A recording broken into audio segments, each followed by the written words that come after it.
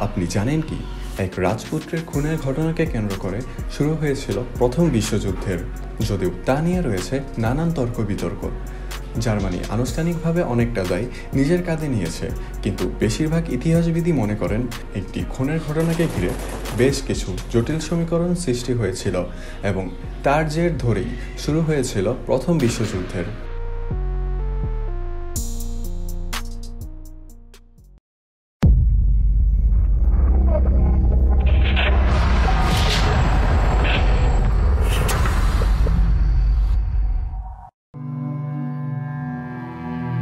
1914 সালের জুনে অস্ট্রিয়ার রাজপরিবারের ভবিষ্যৎ উত্তরাধিকারী আর্চডিউক ফ্রান্স ফার্ডিনান্দো তার স্ত্রী সোফিয়াকে নিয়ে বসনিয়ায় সফরে যান। বসনিয়া ছিল তখন অস্ট্রো-হাঙ্গেরি সাম্রাজ্যের দখলে। দিনটি ছিল তাদের বসনিয়া সফরের শেষ দিন। দিনটি ফার্ডিনান্দো ও সোফির জন্য ছিল বিশেষ তাৎপর্যময়, কারণ এই দিনে রাজদম্পতির 40তম বিবাহ বার্ষিকীও। প্রেম করে নিচের স্তরের কাউকে বিয়ে করার কারণে ফার্ডিনান্দো ও সোফি কখনো অস্ট্রিয়ায় স্বামী স্ত্রী হিসেবে পাশাপাশি দাঁড়িয়ে ছবি তুলতে পারেনি। কিন্তু রাজত্ব থেকে অনেক দূরে বসনিয়ায় সেই নিয়ম বলবৎ ছিল না বলে সোফি সেদিন ছিলেন অনেকটাই খুশি এবং তার স্বামীর সঙ্গে বেশ কিছু ছবিও তুলেছিলেন। সফরে সোফি দারুণ খুশি থাকলেও বসনিয়ার অনেক মানুষ তখন তাদের আগমনে ক্ষুব্ধ ছিল। গন্তব্যস্থলে যাওয়ার সময় পথে সার্বিয়ান সন্ত্রাসীদের ছোড়া হাতবোমা থেকে তারা অল্পের জন্য বেঁচে যান। এই যাত্রায় বেঁচে গেলেও দিনের আরও পরের দিকে আরেকটি হামলার ভাগ্য তাদের সহায় হয়নি।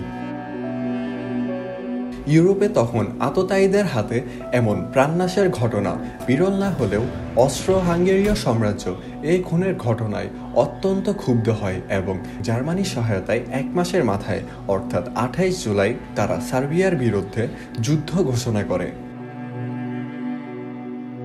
তার অল্প কিছুদিনের মধ্যেই জার্মানি রাশিয়ার বিরুদ্ধে যুদ্ধ ঘোষণা করে, দখল করে নেয় বেলজিয়াম ও ফ্রান্স।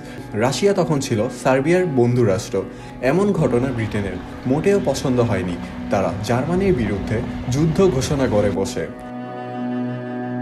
বিংশ শতাব্দীর শুরুর দিকেই ইউরোপ জুড়ে পুরোদমে শুরু হয় শিল্প বিপ্লব।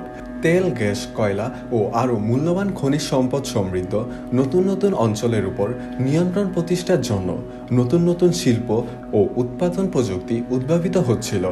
ব্রিটিশ সাম্রাজ্য যখন 5টি মহাদেশব্যাপী বিস্তৃত ছিল এবং আফ্রিকার অনেক উপনিবেশ যখন ফ্রান্সের নিয়ন্ত্রণাধীন ছিল, তখন উপনিবেশ স্থাপনের এই খেলায় জার্মানিও ভালোভাবে শরিক হতে চাইছিল।